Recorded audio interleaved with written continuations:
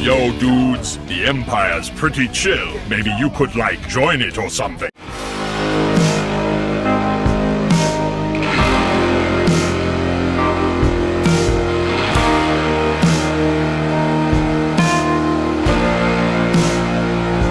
Hey everyone, Lucamus Prime here. So it's time for the next episode of Movie That Didn't Need a Sequel. Now, in today's video, guys, I want to cover this time an example of a horror movie, which in my opinion did not need a sequel.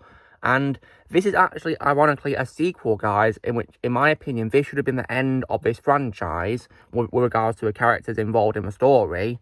And this film, guys, in my opinion, is a very underrated sequel and is also easily, in my opinion, the best of the sequels to the original movie of this franchise.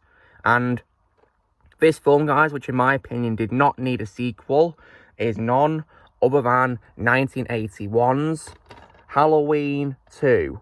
So yeah, the second installment of the Halloween franchise, and is in my opinion the best of the sequel and one of the most underrated horror movies of all time, in my opinion. So when it comes to what I think of the first two films, so obviously, guys, the first movie, Halloween 1978, is, in my opinion, the best Halloween movie, an absolute masterpiece from start to finish. One of the greatest works of all time from John Carpenter, and always will be the best Halloween movie of all time. And this second film, in my opinion, guys, is also the best of the sequels, and it's also, in my opinion, an amazing continuation of the first movie, because the first film ends on a terrifying cliffhanger, of course. So you could literally watch the first two films as, a two-part film, basically, really, into two parts, with just one film put together, and it works really well, in my opinion. And so when it comes to ending Halloween 2, so the ending definitely has a very nice way to wrap things up, because at the end of the movie, of course, Laurie, the main character played by Jamie Lee Curtis, one of my favourite horror protagonists of all time, and Dr. Samuel Loomis, they trap Michael Myers, who is of course the serial killer of the franchise, one of my favourite villains of all time in cinematic history, one of the best horror villains of all time to me as well. They trap Michael, or in the hospital, and of course, Laurie shoots him in both eyes, which blinds Michael. As he swings around the space violently, Loomis and Laurie fill the room with flammable gas. Loomis orders Laurie to get out before he ignites the gas, which of course causes a massive explosion. And Laurie watches as Michael comes out of the fire engulfed in flames before he finally collapses and dies. And she's transferred to a hospital, traumatized but still alive, having survived, and Michael Myers is truly dead. And as far as I'm concerned, guys, that to me is the end of Halloween, as far as I'm concerned, or at least with regard to the story of Michael Myers and Laurie. So, however, though, despite this film having a great ending, which is, in my opinion, where we should have ended the franchise, unfortunately, more was to come, because these two films ended up becoming a massive franchise, and unfortunately, with loads of different confusing timelines, so first-time viewers might be really confused by this. So the first thing we got, of course, a year after Halloween 2 was Halloween 3, Season of the Witch. Now this film is quite low on my ranking, guys, but it's not because of the absence of Michael, because he's not in this film, because I like to, of course, accept that Michael is truly dead, so that's why I did not mind him being absent from this film, because I like to pretend that he's dead, of course. So this film, of course, introduced a new villain, of course, being the Silver Shamrock Mask Company. And in my opinion, guys, this film would have probably worked better if it was a standalone film, not part of a Halloween franchise, because it doesn't really connect to a Halloween franchise, really, per se, and pretty much everything that's come after it has ignored it, really, apart from, of course, cameos of the mask in Halloween Kills, of course. So I think this film would work better if it was a standalone film without Halloween 3 in the title, and I would also as well rename it to Season of the Masks instead, because there's no witches in the film just by the title, very misleading, of course. So yeah, Halloween 3, in my opinion, would work best as a standalone film. I mean, Halloween would have probably worked better if it became an anthology series where each of the films would feature a different villain, because first of all we have a serial killer, then we have masks. I mean, the possibility with Halloween-themed villains is massive, so there could have been lots of villains, but unfortunately, however, despite this idea, this was unfortunately deemed not to be, because we then got a trilogy which brought back Michael, and that's why I like to, of course, call the Thorn trilogy. So this trilogy made his defeat in the second film absolutely pointless and brought him back. The first part of the films, Halloween 4 Return of Michael Myers, was probably, in my opinion, the most decent of them, and to be honest, thanks to Dr. Loomis being a great character. But unfortunately, what I hated was, not only did it bring back Michael and make his defeat pointless, it also, as well, kills off Laurie off-screen. So I really hated that. Like, come on, don't you dare do that to Laurie. She's an amazing character. Don't do that to her. Then after that, we of course then got Halloween 5, Revenge of Michael Myers, which I think was garbage and was a terrible film in my opinion, one of the worst of the franchise. You know, it's introduced a very annoying character, of course, which was Tina. Oh, yeah, Tina was probably, in my opinion, the worst character of the movie. And also those two police officers, in my opinion, were also very goofy characters as well. I couldn't stand them. The film also made Loomis unlikable as well, which I hated. He was out of character in the movie. In my opinion, the only likable character in the film was probably the dog, and that was it, Max. The dog Max was probably, in my opinion, the only likable character in that movie for me. Then we, of course, got Halloween The Curse of Michael Myers, the 6th installment, and this film, in my opinion, also was not good, but not as bad, in my opinion, as Halloween 5, because Loomis was back to being his usual likable self, thankfully. But unfortunately, he barely appeared in the film because Donald Pleasence unfortunately passed away during filming, rest in peace. But what's weird is they didn't even use it for footage he'd filmed because he filmed lots of scenes and they didn't use it. So he barely appeared in the film, sadly, which I thought was stupid and disrespectful to Donald Pleasence. Then, however, after this trilogy, which made Michael's defeat pointless, we then, however, got another timeline movie which acted as a direct sequel to Halloween 2. Which, of course, was Halloween H20, 20 years later in 1998, which was about Laurie. And while I do like, of course, how it did bring back Laurie and didn't make her be killed off screen, I kind of thought it did make Halloween 2's ending pointless, of course, which is why I don't think it's that good of a film compared to other films in the franchise, in my opinion. And I also, as well, of course, didn't really like how it ended, how as well, of course, it was set up something else as well, unfortunately.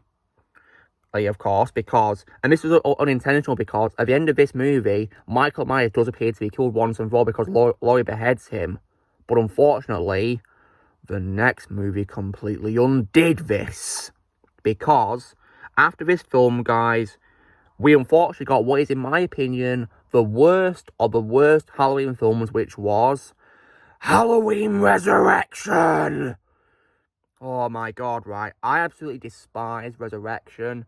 In my opinion, it's an example of a film in which there's no redeeming quality for me personally. I think there's nothing good about it. Because it completely undoes the ending of H20. Because it's revealed that the Michael that Laurie killed wasn't even him, it was someone else. Which makes no sense at all. And also as well, the film does the horrible Alien 3 cliche, in which it kills off a beloved character early into the movie, which of course was Laurie, because she unfortunately gets absolutely wasted and killed off by Michael. So I was absolutely angry about that. And the other characters, in my opinion, were also very annoying, like don't you dare give a start on Busta Rhymes' character. Oh my god. Yeah, Halloween Resurrection, guys, is complete trash. It ruins everything I love about Halloween. It's just something you should avoid if you've not seen it. Yeah, please, for the love of God, guys, don't see Halloween Resurrection. It's terrible, in my opinion. Do not see it. Then, however, despite this trash film being of course, released in 2002, we then got 2 remakes in the franchise, which were by Rob Zombie. And, unfortunately, guys, I did not like either of the remakes, to be honest. And because I watched both his director's cut of the remakes, guys, and I did not like either of them. I especially, of course, hated Halloween 2's director's cut. That film, in my opinion, was also trash as well. The only best thing about those 2 films, in my opinion, was Brad Dourif as his character. Everything else, no. I didn't really like the 2 remakes. I know they have, positive reviews, but I'm one of those people, guys, would give it a negative review, because I don't like either of those movies at all. So, yeah.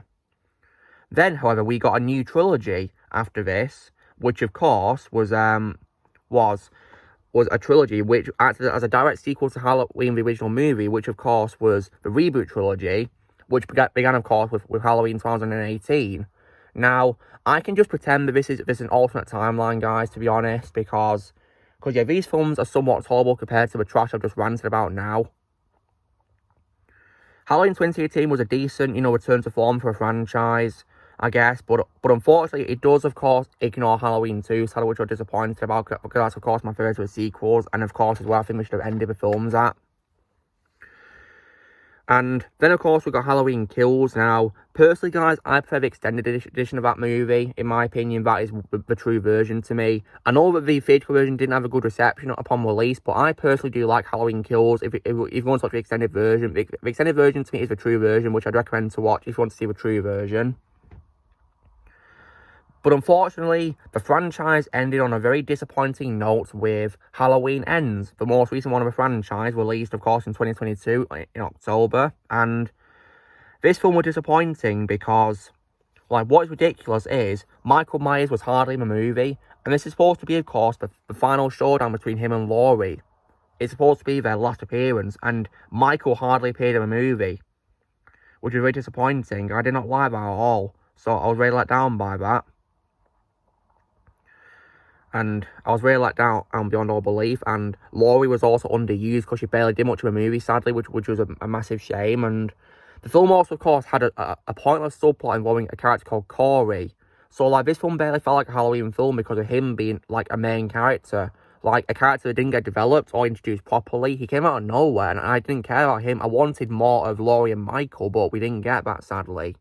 And in my opinion, the film is boring filler until the ending, because at the ending of the movie, however, thankfully, it does have a climax between Laurie and Michael, final showdown, and she does finally succeed in defeating him once and for all, and she throws his corpse into a grinder at the end of the movie, and that's it.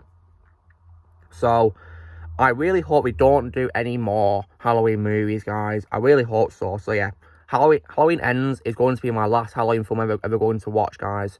If we do any more, I'm not going to be watching anymore because there's no point, really. I think the franchise needs to stop now for its own sake. Because, yeah, in my opinion, it's only worked best as 2 movies for me, personally. So, yeah. So, long story short, guys, in my opinion, Halloween, when it comes to the story of Michael Myers and Laurie Strode, is only 2 movies for me. So, yeah. When it comes to what I own, I will only ever own the first movie, which I have, of course, on Blu-ray. And of course, Halloween 2, which I might probably get on Blu-ray if it comes to Blu-ray one day. I'd love to get on Blu-ray, absolutely. So, but yeah, for now I have on DVD. So, yeah. So, guys, this is me doing the next episode of the movie didn't need a sequel, saying why, in my opinion, Halloween 2 did not need a sequel. In future, I will also definitely post reviews for movies after I, of course, ranked them, of course, earlier this year. So, I'll definitely post reviews from one day in the future, absolutely. The ones I hate will get trash talked, of course, so, yeah.